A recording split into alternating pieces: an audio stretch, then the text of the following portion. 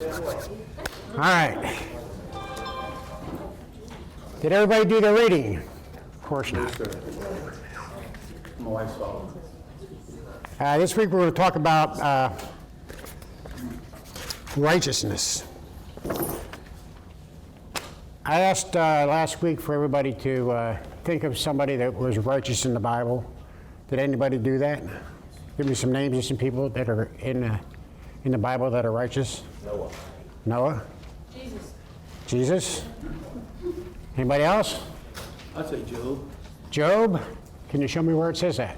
It says that in his living, in the way he's living, maybe not the word itself, but the word righteousness, but I believe that his story defines what righteousness is. All right, Job well, at least claims to be righteous for about 30 chapters. I'm sorry? Job at least claims to be righteous for about 30 True. That's good. We're going to go over Job in a little while here. Anybody else? Noah. Noah? Yep, Noah. Good. I'm sorry, Joseph? Joseph Mary, some will say Joseph was righteous. Joseph, okay. We'll go over a lot of these. One of the things that in this study this week that I got into was what the Bible says righteous is versus what I thought righteous was, especially what I thought righteous was before I got here. I've met a few people that I thought were righteous in what I thought righteousness was. One was my sister. You could never walk into her house at a time, she didn't have somebody sleeping on her couch. Whenever anybody in the family, we had a pretty rough family, so there was always kids getting kicked out of their home, where they would all go to my sister's house. And she would take care of them until it mended and got things straight. The other one was a guy I used to work for, Walter Teague III, down in San Antonio, Texas. And every morning, Walter would go down to the low-life Boweries of San Antonio, and he would take a bottle of whiskey with him, and he would go down there and find the winos sleeping or struggling on the street and give them a sip of whiskey to make their day better. While that might not seem like a righteous thing to most people, for those people that were laying in the street and going through the DTs and things like that, that was a way of helping him out. So he was doing what he could. So somebody that did what they could regardless of what anybody thought, or somebody that was willing to go out on the edge. I mean, I'm not going to let just anybody sleep on my couch. I don't know about anybody else. And most of us won't. But there's people out there that do that kind of thing. Dave's a good example. He's got somebody sleeping on his couch, or he used to anyway. I don't know if he still does it or not. He used to have people sleeping on his couch all the time. That takes a lot of faith in God that it's going to work out, and or maybe just faith in mankind itself, that you can deal with whatever happens. But tonight's is about Noah and righteousness, and I have three basic goals here. One is to look at the text and what the text says about righteousness. The other one, another is to identify what we can do to further our own goal to become righteous. And the third is to look at how some of the other people in the Bible worked their way towards righteousness. So first of all, as far as Noah's concerned, now, I know Allie and Abby taught on Noah just a couple weeks ago, but I'm going to go a little bit different direction here. We're only going to do a few verses from Noah. One is Genesis 6:9, where Noah is called righteous and wholehearted. The next one is Genesis 7:1, where he is seen as righteous before me in this generation. Now, don't you do it yet, okay? We have two people controlling this thing. So, last week Matt was talking, and Matt talked about the fact that Matt concentrated on what was in the text. He didn't elaborate on what other people thought. He said what's in the text is what he was concerned with. Now, some of you were in LA Bible with me, and the people that were might say that sometimes I might have been a little bit boisterous and might have asked questions and contradicted what the scholars were saying. But I have some what the scholars are saying here, and I think it's important because the scholars are the ones that people are reading, and they're taking what they say and they're developing their doctrine, and they're influencing the masses. So it is important that we know what they're saying, and then we can decide for ourselves whether it's something we want to go along with. So I have a warning here. I guess Keith is the only child here, but we'll play a little video here, and it's going to have a little bit of language in it. Nothing horrible, but if you want Keith and boys, you better close your ears. So. Geniuses! You're the guys that think your stuff. I'm sure you got a team of men sitting around somewhere right now just thinking stuff and somebody backing them up. You telling me you have a backup plan that these ain't Boy Scouts right here? That is the world's hope? That's what you're telling me? Yeah. Oh. And that's what I thought about the scholars that we were teaching. They were teaching me,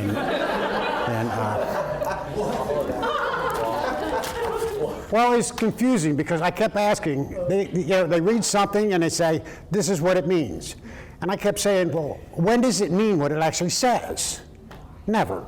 It never means what it says. It always means something different, right? So I always battled around with that.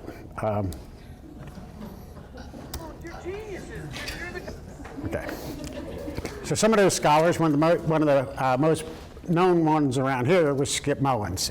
As you can see there, Skip has quite the resume. He's a doctor of philosophy from Oxford University, but he was also one of the LA Bible professors here, and we appreciate all that Skip has brought to the table. Skip writes in his Hebrew word study on October 17, 2018, some of the highlighted areas here. We read that Noah was a righteous man, but the rabbis noticed that Noah also kept his mouth shut, and in doing so, he condemned the world to destruction. He goes on to say, Noah does not find the words to save even one soul. Prayer is absent from his lips. The world is under the sentence of death, but he maintains his silence. Another guy that we often refer to here is Jonathan Sacks, who just passed away a couple of days ago. But Jonathan Sacks is a very well-known rabbi that has produced numerous books that we, most of us, like at LA Bible, and that study this stuff or have read and really enjoyed his theology. He was the chief rabbi of the United Hebrew Congregations of the Commonwealth.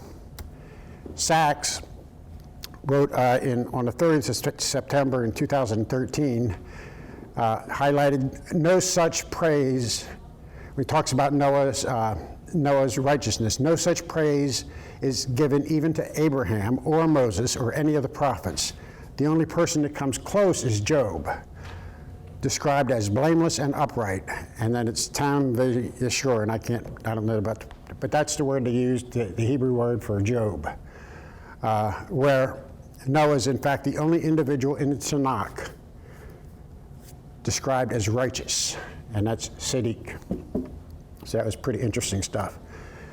But Sacks goes on to continues to talk about Genesis 9, 20 through 23, once after the flood and they're back and they're out there. And he says, the man of God has become a man of soil. The upright man has become a drunkard. And even though he says Noah alone justifies faith in humanity, the faith that led him to create mankind in the first place, that is an immense achievement and nothing should detract from it. Noah is, after all, the man through whom God makes a covenant with all humanity. And this is a real neat statement here. Noah is to humanity what Abraham is to the Jewish people. But he goes on and calls Noah Siddiq in pelts. And that means righteous in a fur coat. And the idea behind it is that on a cold night, keeping warm at a cold night, there's two options. One is you can cover yourself and put a coat on. The other is you can light a fire. The philosophy here is that Noah was the person that put the coat on. Because if you put a coat on, you can only warm yourself, but if you light a fire, you can warm others too. Then we had Abraham Heschel. We read a lot of his books. Abraham, this is a little bit weird here. I'm going to go over this quickly here. I got this from a paper written by a guy named Rabbi Ezra. And he wrote that Abraham Heschel made this statement: thankfully, God will always desire to be in a relationship with us. We should not wait to be nudged or nagged. God is constantly singing to us, I want you to want me.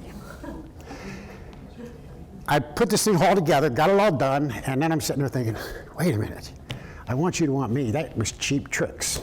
That was in 1979. Heschel was already dead. He could have said that, right? So I went back and looked at the article again, and yeah, in the footnotes, he attributes it to Heschel, but Heschel didn't say it, but I thought it was too cool to take out, you know what I mean? So I left it in there. And he says the Midrashic interpretation here is that God is walking with Noah. That must mean Noah needs help. Abraham, however, walks before God and is seen to be not needing that kind of help. So he's, like most of these writers, they understand what Noah did, but they just can't bring themselves to believe that he's quite as good as Abraham. And they come in, they all come. Commentary by its design and description is opinion. And all opinion is biased. No matter how hard we try to be objective, we all come to the table with some sort of biases from some way, so it's understandable that they do this. But Rashi, I could never pronounce that name, Shlomo Yitzhaki is his real name, today generally known to be the acronym Rashi. Rashi is probably one of the most comprehensive commentaries on the Talmud and commentaries on the Tanakh. Rashi, in typical Talmudic fashion, takes both sides of the story. So for almost 1,000 years, Jews had begun their Torah studies by asking, what's bothering Rashi? So the question that they asked was, what does it mean that Noah is called righteous man in his generation? And Rashi goes on to say, well, some say that if he was, that it meant even in his generation of wicked men, that he would be considered more righteous if he had been in a generation of good men. Others say that the comparison to his own generation, he was righteous, but if he lived in the generation of Abraham, he would have had been of no importance. Now, there are some opposing views. I'm not going to go into them in detail, but anybody that wants to see these, I can give you the information here. But the Book of Jubilees, Josephus, even in the Talmud and in the letters from Clement and the Sibylline oracles, all say that Joseph, like 2 Peter says, Joseph was a preacher of righteousness. They all say that he did, in fact, try to talk other people into straightening out their act. He did preach to them, and he continued to preach to his sons afterwards that it would happen again. So where they get this from, who knows? I mean, it could be from Noah? I'm sorry? You mean Noah preached to his sons? He preached to his sons after the flood. He preached to the masses while he was building the ark, and he was trying to talk them into straightening up their act. That's what they say. Now, whether that comes from an oral tradition, where it comes from, it's hard to say. Nobody can really nail it down, but all these different sources talk about Noah from an evangelistic preaching point of view.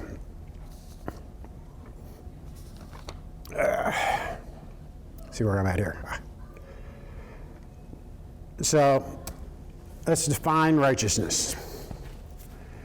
Merriam-Webster's dictionary says it's free from guilt or sin, or acting according to divine or moral law. In every man's Talmud, they've got a more interesting definition for this. The difference between righteousness and wickedness is defined in this way. The wicked are under the control of the heart, i.e. the evil impulse. The righteousness, but the righteous have their heart under control. And to this question, the answer is given: who conquers? He who conquers his impulse.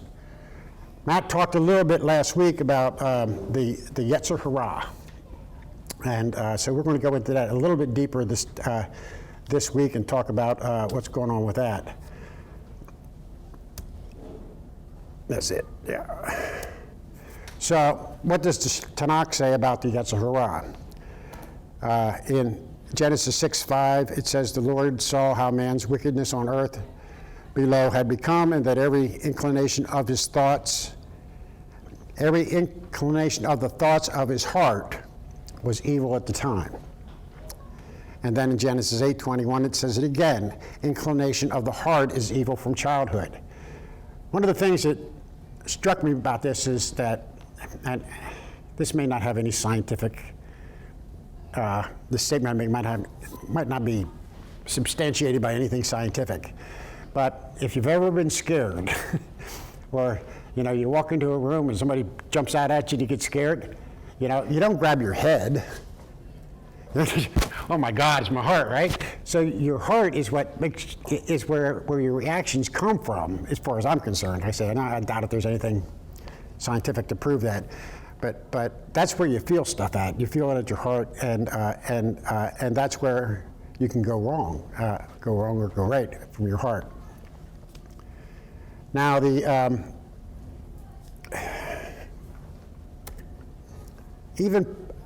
all struggle with the Yetzer Hara, or at least if we did an honest assessment of ourselves, at least in hindsight, we can look back and say, yeah, I can see where I might have wanted that too much, or sometimes we can take, if we're wanting something, whether it be a job or a car or something that we just really want it, we can sometimes let that override what we should be doing and focus too much on it and too hard on it, and we don't do anything to stop it. That doesn't necessarily mean you're going to steal money to get it, but you could. That would be one thing to do it. But the fact that maybe we just don't spend as much time with our family, or don't pay attention to our scriptures, or our time and our focus is so much on that thing that we lose focus on everything else. It gets control of our heart, and our heart's not under control anymore, and that's the way it's gone. Even Paul struggled with the same issues, right? Romans 7:19. "For what I do is not the good that I want to do. No, the evil I do not want to do, I keep doing." So if Paul can have these problems, then I guess it's okay for us to have the problems too. So at least it's understandable. This is an interesting article that I read, and I thought it was really important because it explains things a little bit clearer to me. It says the duality of the Yetzer Hara and the Yetzer Hatov is much more subtle than it appears. Yetzer Hara is not a demonic force that pushes a person to do evil, but rather a drive, or as Matt stated last week, a passion towards pleasure, property, or security, which, if left unlimited, can lead to evil. When properly controlled by the Yetzer Hatov, the Yetzer Hara leads to many socially desirable results, including marriage, business, and community. So as Matt said last week, the Yetzer Hara is sort of like the passion. It's a neutral thing, and used for good purposes, it can be a great thing. Used left unlimited, left unchecked, it can then become a bad thing. We can go overboard. We get too crazy about this stuff. What do those two words mean? I'm sorry? What do the two words mean? The Yetzer Hara is the evil inclination, and Yetzer Hatov is the good inclination. Right. Now, one of the unique things about this is the Talmud says that the Yetzer Hara, the evil inclination, is 13 years older than the Yetzer Hatov. He said, sort of going in line with, when I read that, it was sort of going in line with the original sin theory that we're all born in sin. And until you're 13, in the Jewish world, when you become 13, you become a man or an adult, and that's when the Yetzer HaTov comes in and helps you to control and limit this item. But up until then, you have to have your parents control that because you have no sense to stop. You want this, and you're going to go for it. You know, so it takes your parents to do it. But at the age of 13, they say that it comes into play. The Yetzer HaTov comes into play, and helps you to control the Yetzer Hara. So basically what they're saying is then at 13, you know, it's like the age of accountability. Yeah. Yep. Now you're accountable for it. Yep. So wait, you were saying Yetzer HaTov was discovered through, well, like, what do you mean discovered by? No, that's when it comes. That's when it comes to you at the age of 13. Okay, I got you. Yeah, it comes to you at the age of 13. So it's now 13 years. accountable Yetzer Hara is 13 years older. I thought you were saying you were comparing that to, you said you thought it was funny because you compared it to the first thing you said, which was it was discovered 13 years after. Yeah, I must not have explained it clear enough. What they're saying, the Talmud is saying, is it's 13 years older. So you get the Yetzer Hara at birth. It actually says in the mother's womb, and then 13 years later, the Yetzer HaTov is born in you to help control it. What was the meaning of the Yetzer HaTov again? What did you say that the meaning was like? And that's the good inclination. And sort of like one of the other things we can think about, and this is how this stuff gets misunderstood sometimes, is the word jihad. Right? So you think of jihad, you think a bunch of people are going to come and try to blow up a building, right? Well, that's not what jihad means. Jihad means struggle. Struggle for a holy purpose. So that can be good. I mean, we should all be struggling for holy purposes. Left unchecked, it leads to blowing up buildings. So, like I said, these words are neutral words. It's just what you do with them that makes them either good or bad. The advertisers, they know about this Yetzer Hara. They may not know the Jewish word, but they understand it very clearly. And this is an example. Shopping this year. One for you, one for me. I love it. I know this little something too. Yeah. Yeah. One for you and one for me. I love it. Oh, actually, that was supposed to be for me. I love it. Not only look at the cars they had there, but look at the house they're in. Now, people that have that house are probably not buying GMs, right? Right? But they want you to desire that. They look at that house, look at that car, that's the life I want. If I have that, then everything will be fine. And they understand that. And that's why you see so many commercials for kids. They know the Yetzer Hara is free during the first 13 years, and they really pound the kids with stuff that they want all the time. So it just amazes me that I never put it all together before. I never put it together until I did this, how that evil inclination is fed on by forces that if we don't keep it in check, then we can really head down the wrong path.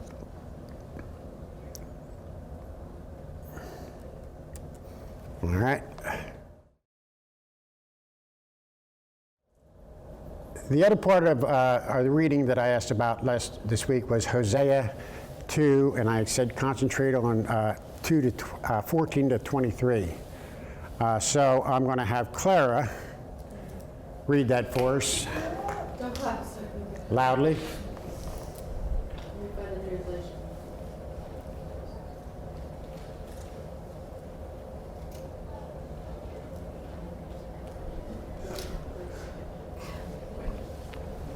Alright, verse 14. Therefore I am now going to allure her. I will lead her into the wilderness and speak tenderly to her. There I will give her back her vineyards and will make the valley of Achor a door of hope. There she will respond as in the days of her youth, as in the day she came up out of Egypt. In that day, declares the Lord, you will call me my husband, and you will no longer call me my master. I will remove the names of the veils from her lips. No longer In that day I will make a covenant for them with the beasts of the field, the birds of the sky, and the creatures that move along the ground. Bow and sword in battle I will abolish from the land, so that all may lie down in safety. I will betroth you to me forever. I will betroth you in righteousness and justice, in love and compassion. I will betroth you in faithfulness, and you will acknowledge the Lord. In that day I will respond, declares the Lord. I will respond to the skies, and they will respond to the earth. And the earth will respond to the grain, the new wine and the olive oil, and they will respond to Jezreel. I will plant her for myself in the land. I will show my love to the one I called not my loved one. I will say to those called not my people, you are my people. And they will say, you are my God. And I just wanted to read, I know there's some different opinions about the Message translation, but this one really just, it just really opened my eyes to what I think God wanted me to hear for this. I think it's verse 20. Then I will marry you for good, forever. I will marry you true and proper, in love and tenderness. Yes, I'll marry you and neither leave you nor let you go. You'll know me, God, for who I really am. On that very same day, I'll answer, this is God's message. I'll answer the sky will answer earth, and earth will answer grain and wine and olive oil, and they'll answer Jezreel. I'll plant her in the good earth. I'll have mercy on no mercy. I'll say to nobody, you're my dear somebody, and he'll say, you're my God. There you go. Sometimes it's hard for somebody my age to admit when you've argued with somebody about something, but that they were right. Matt has tried to pound into me the poetry of the scriptures. And I'm telling you, up until I read this, I just didn't see it. I never saw it, never understood the interest of the poetry of the scriptures. But I found these verses so poetic in what they were saying. I just thought they were beautiful. So that's why I wanted to concentrate on it, but also on what they said. Of course, you got to understand the verses before that. The first 13 verses of that of this story here. Israel, talking about Israel here. Israel had to pay the price. They had a little bit of pressure on them to come around. But what I found that was so important in these verses was the very beginning, how God was going to allure her back to the desert. And up until I read this, I thought the desert was our tough place. We always talk about being in the wilderness and God taking us out of the wilderness and all this stuff, and that's what I kind of thought too. But after reading this, I went back and I looked at Exodus again. I said, wait a minute. The desert is not a place to be rescued from. It's a place to be rescued to. God rescued the Israelites from Egypt and brought them to the desert. And then God takes Israel and wants to take them back to the desert again. And this is about, for me, this is what I get from this, this is about having God's undivided attention and you giving God your undivided attention. Out in the desert, there's no distractions. As you read the rest of Hosea, there was all kinds of things going on, right? But in the desert, there's no distractions. God chose the desert to teach the people the Torah. Back when I was in the mission, they had this rule they came up with from 7 a.m. to 8 a.m. every day. It was quiet time. You couldn't have a phone, you couldn't have TV on, you couldn't talk, you couldn't do anything else.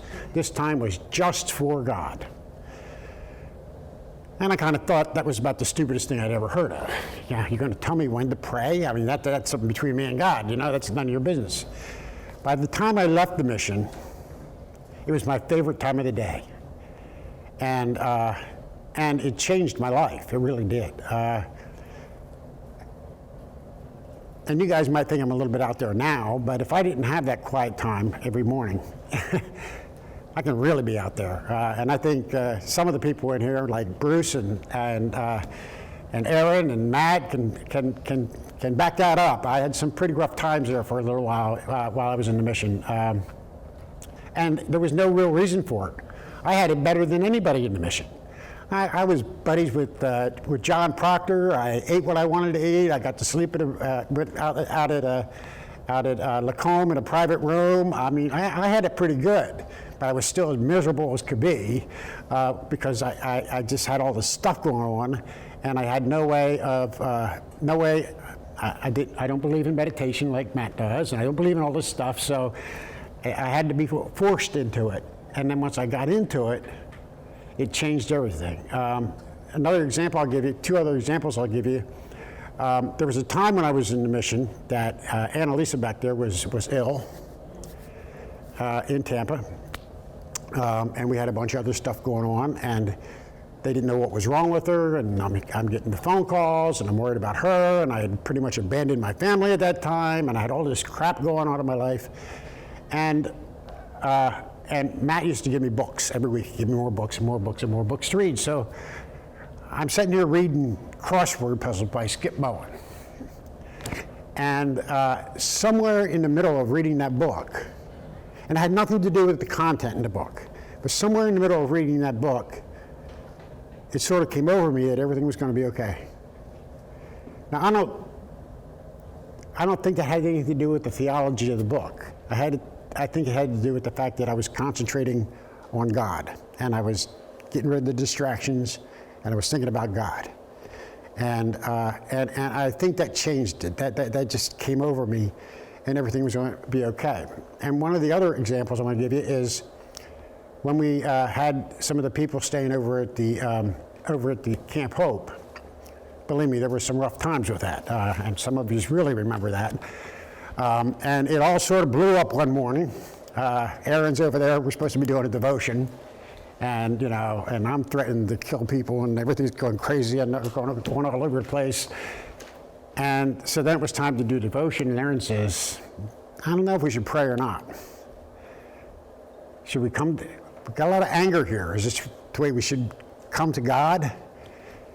And that point really stuck to me too. So I really think that this showed me the importance of this quiet time where there's nothing to make me mad, nothing to make me extremely happy. It's just quiet time, just me and God and nothing else. And I'm not worried about whether, when I'm praying, I don't worry about whether Rustin thinks I prayed too long or too short.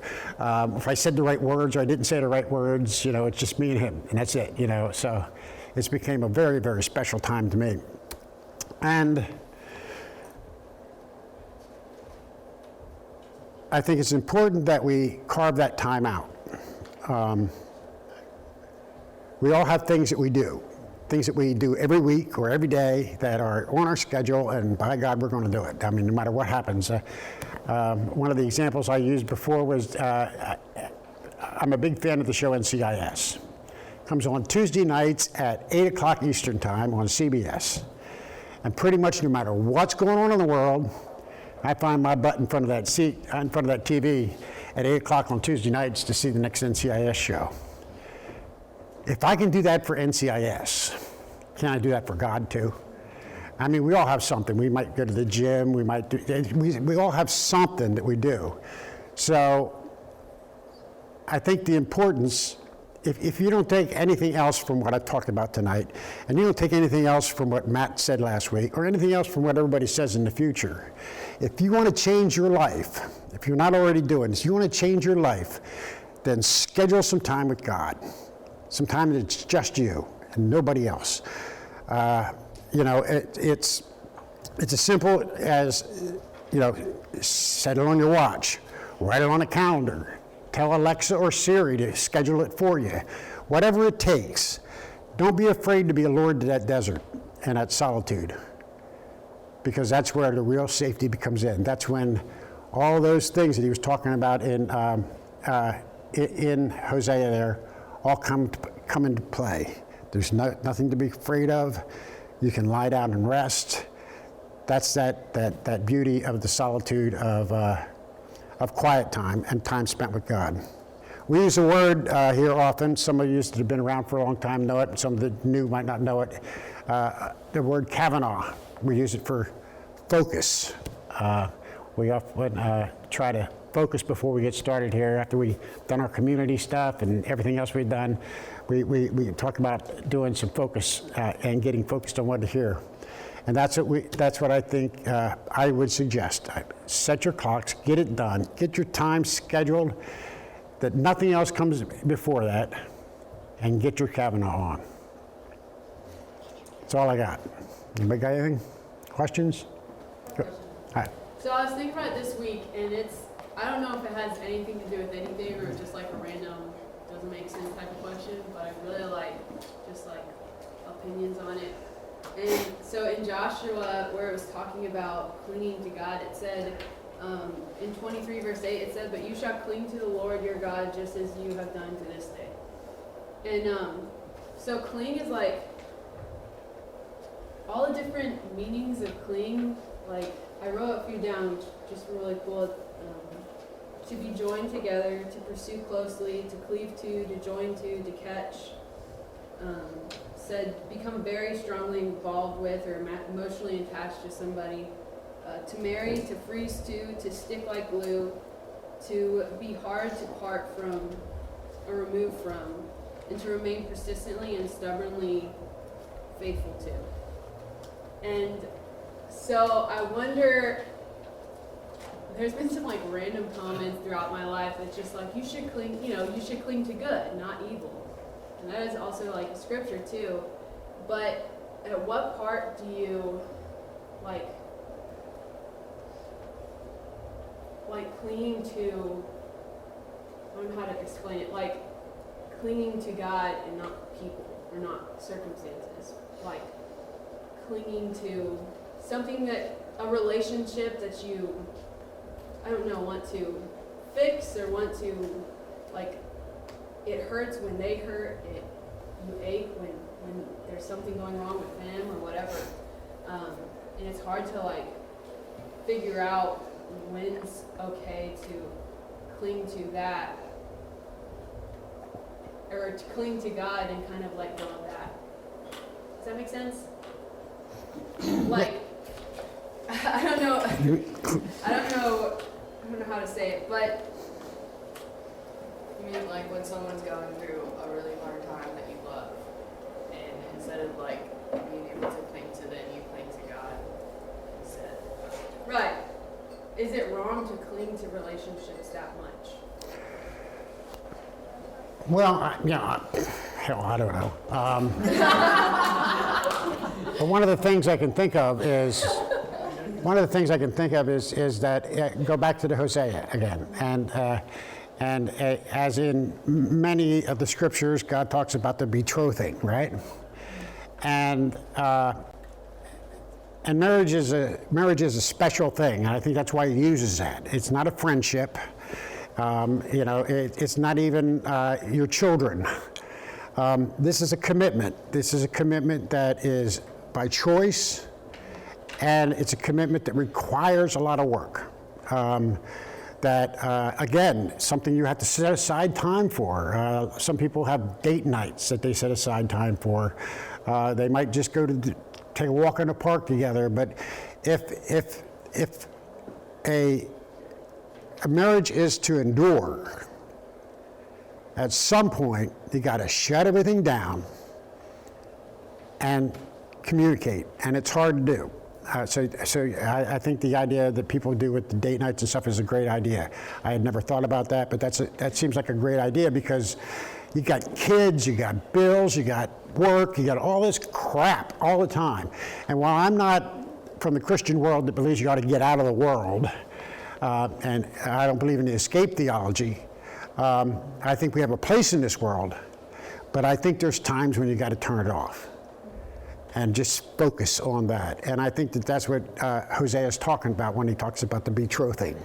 You know, we're going to go into this special relationship. It's not, and at quiet time I'm going to talk about, it's not like Saturday night. Saturday night is great here. We have a lot of community, we learn a little bit, and everything goes on great. You might, and you also might have a small group that you go to, and you learn a little bit, and you get vulnerable with people and understand all that. But this other time is different. This is just for you and him or her, whatever you want to, whatever your thought process is. Yeah, I think it's just, I mean, all about the clinging to and like kind of thinking about me and God being like there's adhesive between us, being just inseparable. So there should be a point where I can only go so far with everything else. And at some point, like I have to hand it over to God and cling to Him, which really, in that moment, it's the hardest thing to do. Sure. Because everything feels shaky at that moment, you know. And I was laughing because I just showed Kristen this picture of a koala bear hugging a tree, and they really cling onto it. I mean, it's like it's like a baby hanging onto your finger, you know. You're just like such a hard grip that it just won't come off. And I don't know, it's just a really cool realization that I can let go of one rope and cling to the main rope, and he's gonna have me, you know, which is just it's mind blowing, really. Is that it? Anybody else? That's it. For what you're saying, I'm not sure it's an either or. It sounds like you're let go of one and grabbing the other. I'm not sure that's reality. You might be able to cling to both. You might be able to. Might make life easier to cling to both. Yeah, I think a lot of the times it makes it hard because, well, that was my question. I was kind of conflicted just by, like, I care about people and I hurt when they hurt, and you know, it's hard to like let that go and to hold on to God, you know.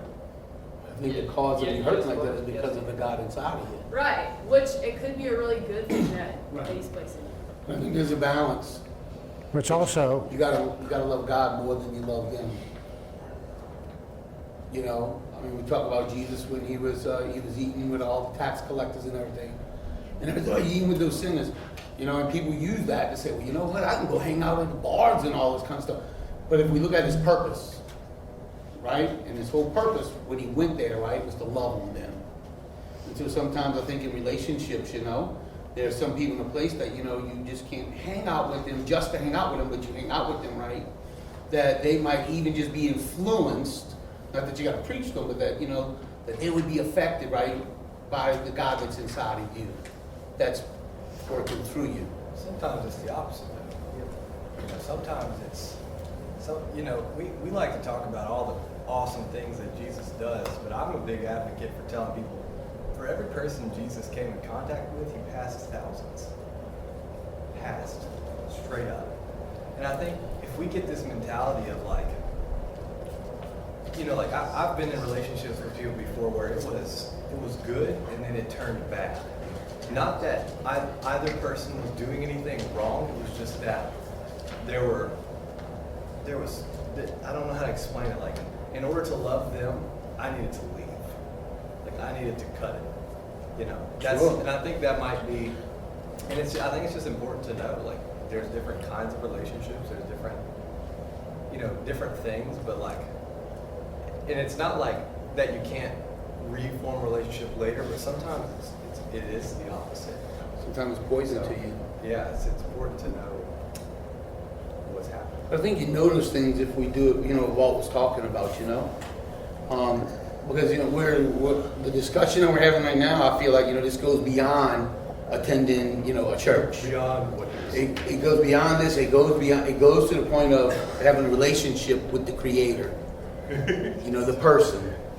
And so I believe it takes it further, you know, because when you get to know God, you get to hear, you spend this time with Him every day, and like you said, All right? It becomes life-changing because you get to know him. On the other part to your question, Clara, one of the things I was thinking about is when I have a friend or somebody that's hurting, and I'm hurting because of them, the reason it's so hard to let go and go to God is because I want this to be fixed the way I want it to be fixed.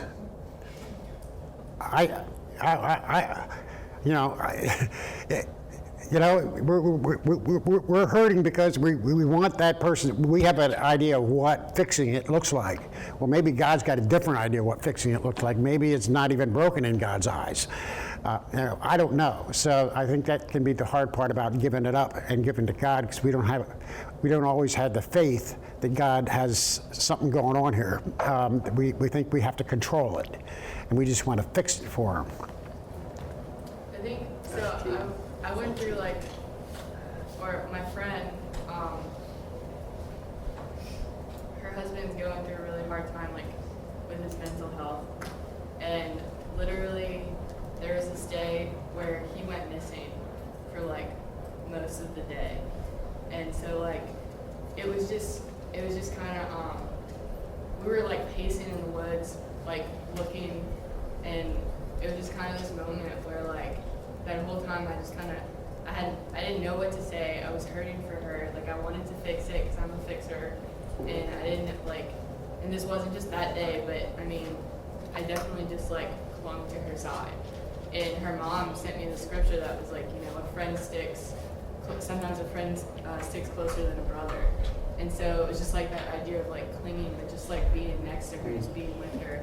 But there was this moment where it was we were just kind of walking, and I didn't know what to say, and she didn't know what to say anymore, and it was just kind of this really heavy, deep, hopeless moment.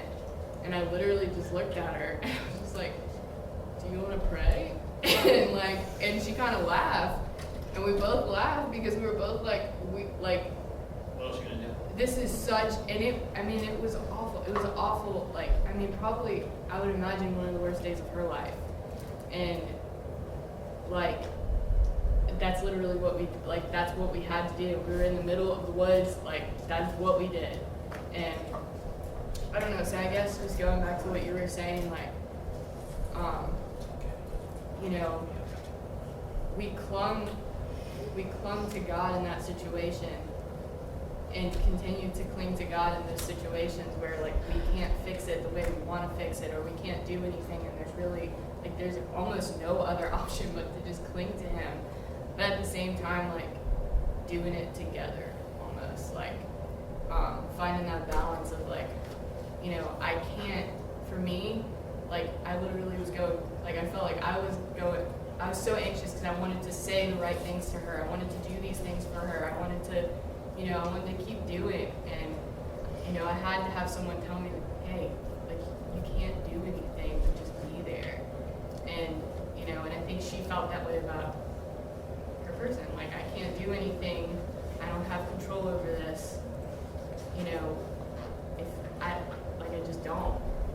So to cling to God in those moments, but to find that balance where you're not worried so much that you're trusting God, that God does have, God is sovereign, and that God will grow good things out of this, and way greater than we'll ever see it. So I think doing that together is balanced.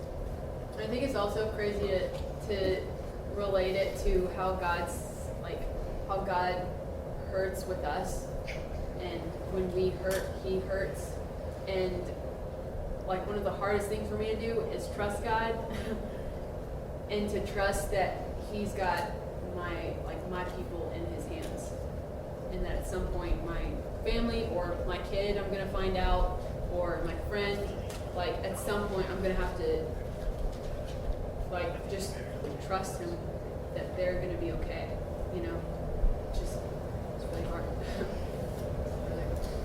That's why it's so important to have that by your side with God in the mornings or whatever time it is that they choose specifically for that. Because in those weak times, and in those times when you need that extra push, because you have such a tender loving heart, God will give you a revelation scripture, Joshua, I think God let me write this down for you. Because it's like it's part of the way that he draws us away in the desert, and then he puts us in an intimate place with him, so that he draws us closer to him. And to speak comfort and life into us while we're in that desert. Because while we're walking in that desert, alone with him, that's where our strength and everything is gained. Anyway, everybody's got struggles. That's just a part of life. But being that you're such a caretaking, love, that type of person, at a long time, that is very, very necessary. Because that is something that is very, very necessary. So you have your prayer time with your family, but you can have your own prayer time with your intimate relationship with God.